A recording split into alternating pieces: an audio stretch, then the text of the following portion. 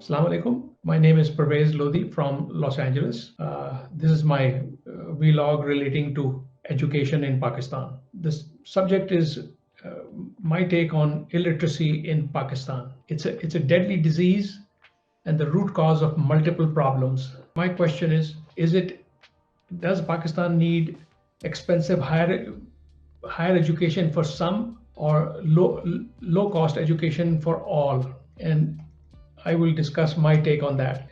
Any structure you make, the word structure meaning Pakistan as a very big country, like a very tall structure.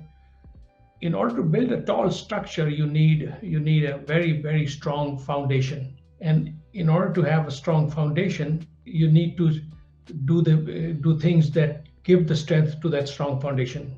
And Pakistan's biggest problem is there are almost 25 million illiterate today. There are almost 25 million illiterate children, and also another 25 million adults that decades ago were children, illiterate children, and they grew up with no opportunities for education, and they just grew up illiterate adults. And unless you have this very large, close to 50 million population that is illiterate, given the basic education, which is 1/10 the cost of higher education, Pakistan will always see those multiple problems I talk about.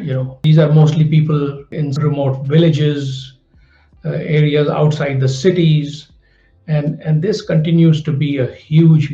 Now, I don't think there are many people in Pakistan that think about this lower education being more important than the higher education thinking that I have. Maybe somebody like Anwar Maqsood, a well-known individual in Pakistan, may have the same thinking, maybe a few others. Most people continue to focus on higher education, very expensive, and that higher education, yes, it's needed, it's definitely needed, but that is not the foundation, because that higher education, some people who have the abilities to just go abroad, go other places for better opportunities after getting the education in Pakistan, and that's been happening for decades. And there are others that after getting education, higher education, they look for jobs and all that, and jobs that are not suitable for them, or they're unhappy with the jobs, and they simply have no chance of leaving, so they just either go jobless or do jobs that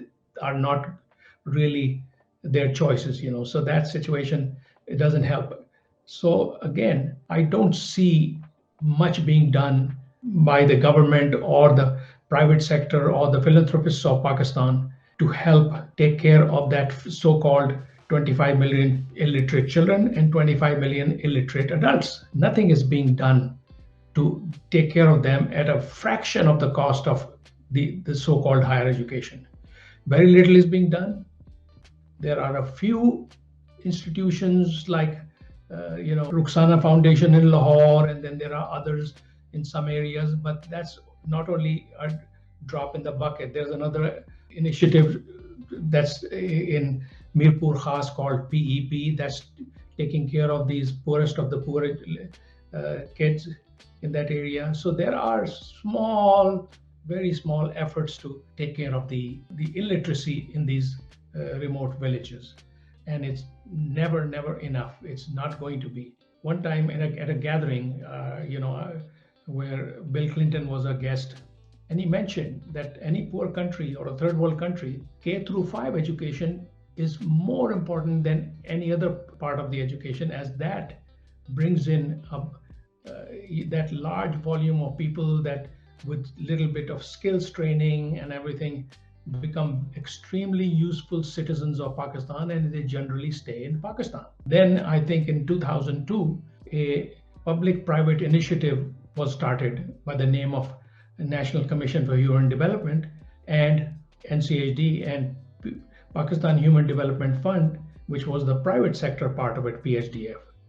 It was inaugurated by Maulana Eidi in 2002.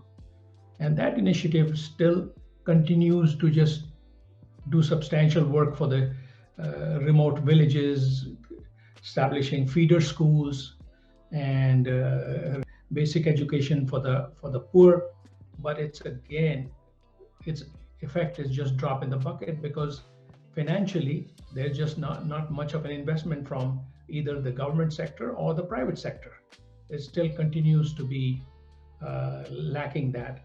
And I don't see Pakistan really coming out of his decades old problems. So those now, I also think that so many of your gems, so many of your geniuses, so many of your potential inventors and pioneers and innovators go wasted in villages as small children and then grow up like adults, and they never get a chance of getting that basic education and a chance to really become those useful entity for the government for Pakistan. As I've traveled to these villages and encouraged education, basic education, and all that, there are absolutely unbelievable quality of children there that if they had a chance at basic education and some really good skills training and everything, you would be amazed what quality of people will come out in Pakistan. Illiterate adults that used to be children at one time, and each year they grow up, and then they grow up to be almost 25, and there may be more. I'm just estimating that there are 25 million adults that were at one time children. So giving them basic literacy combined with skills training, and there are many skills. Another thing that I want to mention, that in any country, a very large percentage of children as they grow up and go to schools and all that, very large number of them are really not going to be those engineers or doctors or pioneers or entrepreneurs, but a very large number of them basically depend on basic education plus skills. So they end up great plumbers, they end up great electricians, they end up with so many skills, carpenters, any skills you can imagine. So quality skills training, like the skills training given by Hunar Foundation and Aman Foundation, that kind of skill given to these 25 million adults, along with basic education, you produce a very large number of population that helps in so many areas, that helps Pakistan in overall. I think I wouldn't be too far off if at least there are 1,000+ skill centers like Hunar Foundation established across Pakistan, and mostly with the help of the private sector investment in the present and the future of Pakistan, and that would be very, very useful for Pakistan. Another area that I feel is being completely not understood. I've always seen very large number of very young children working very hard in all kinds of small mom and pop shops, repair shops, bike repair shops, and tire repair shops, and all. You can probably see hundreds of different types of small shops, individually owned small shops, where young children are working in those shops. And we just say that it's so bad to see young children not going to school but working in these shops.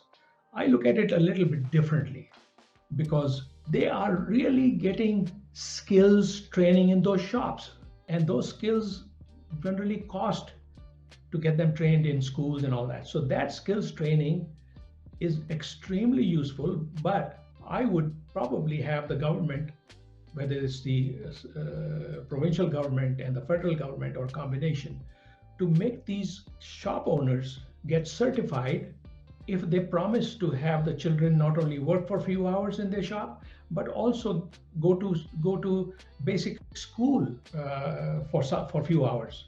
If they guarantee that, they can be given proper certification, and they can be encouraged to do that. So those children working there, I feel that they are getting unbelievable training. And if they have education along with that very basic training, and they can end up tremendous quality of mechanics, electricians, and all kinds of different skills. So I personally feel that those are additional resources that if converted into I would say semi skills training areas, but they would require to be properly they so any of those shops that agree to not only give the children proper training but also agree to let them go to school partially should be encouraged all the time.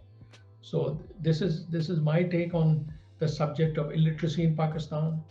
It is hurting Pakistan in so many ways. They have so many different types of problems relating to illiteracy, and they all can be turned around if simply a very very low cost, I would say, commitment is made not only by the provincial and federal government, but I think a much larger responsibility is on the industrialists and the well-to-do people in Pakistan, that they also participate and not leave everything for the government to take care of. So this is my take on solving the problem of illiteracy in Pakistan. Khuda Hafiz.